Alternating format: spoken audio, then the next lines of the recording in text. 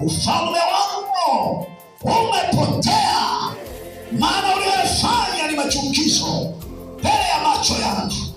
Bwana ameyapima maisha yako, anayajua. Hebu mchana wa leo, shuka kwa Mungu aliye hai, shuka kwa Mungu aliye hai, maana kuna kitu Roho ananishuhudia. Kuna jambo ulilolifanya, kuna kitu ulichokifanya, kuna tendo ulilolifanya.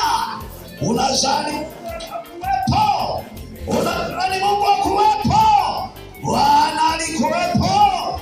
Tena anasema pumzi yako inapeleka taarifa kwa Mungu aliye hai. Taarifa zetu zote ziko kwa Mungu aliye hai.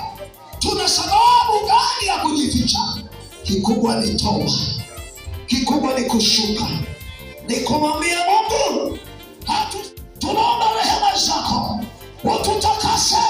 Tuanze upya safari yetu, tuanze upya safari yetu. Ijapo nimefunga, nimeomba, nimetoa na sadaka, lakini Mungu anayajua maisha yako.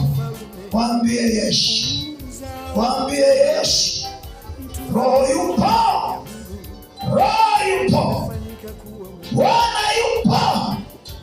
Anayagiradi maisha yako, anayapima maisha yako, anayachunguza maisha yako.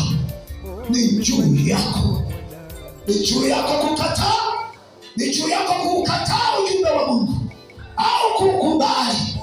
Daudi alipoambiwa hakuambishi, alipoambiwa kosa lake, Daudi alianguka, akalia mbele ya Uria, akalia mbele ya Nathani, akalia mbele ya nabii, akasema ni mimi, ninajua nimekosea, kwani nimeua, nimechukua mke wa Uria na Uria nimeua mimi.